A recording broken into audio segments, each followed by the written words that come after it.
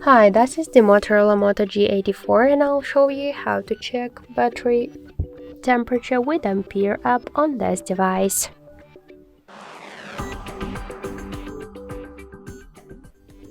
So we should first open the Play Store and in the search bar we should enter the Ampere. Now just tap the install button and now we should get this application.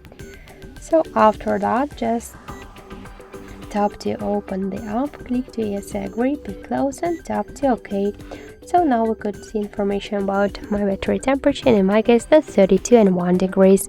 And also we got here more information like the battery capacity, voltage, Android version and more other info. So that's it, thank you for watching, and if you like this video leave thumbs up and subscribe.